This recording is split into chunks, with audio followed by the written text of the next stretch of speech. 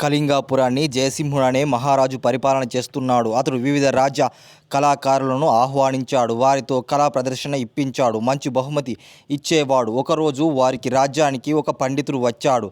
అతడు అనేక భాషలను అనర్గళంగా మాట్లాడగలడు. మహారాజా, మీ పండితులెవరైనా నా మాతృభాష కనుగొనగలరా అని సవాల్ విసిరాడు. ఆస్థాన పండితులంతా వేరువేరు భాషల్లో వివిధ ప్రశ్నలు అడిగారు. ఏ భాషలో అయినా ఏ ప్రశ్న అడిగినా ఆ పండితుడు ఏమాత్రం తడుముకోకుండా ఆ భాష తన మాతృభాషే అయినట్లు సమాధానం చెప్పసాగాడు. చివరికి ఆస్థాన పండితులు చేతులెత్తేశారు. మీ రాజ్యంలో నా మాతృభాషను కనిపెట్టగల మేధావులే లేరా అన్నాడు. ఆ పండితుడు మహామంత్రి వైపు చూశాడు.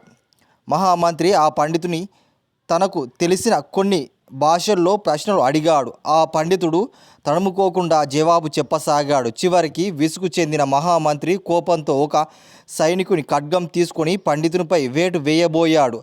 అమ్మో, కాపాడండి అని అరిచాడు ఆ పండితుడు కన్నడంలో. మంత్రి ఖడ్గాన్ని దించి చిరునవ్వుతో, మహారాజా, ఆ పండితుని మాతృభాష కన్నడం. మనం ఆపదలో ఉన్నప్పుడు మనం మాట్లాడే మాటలు మాతృభాషలోనే ఉంటాయి అని చెప్పాడు.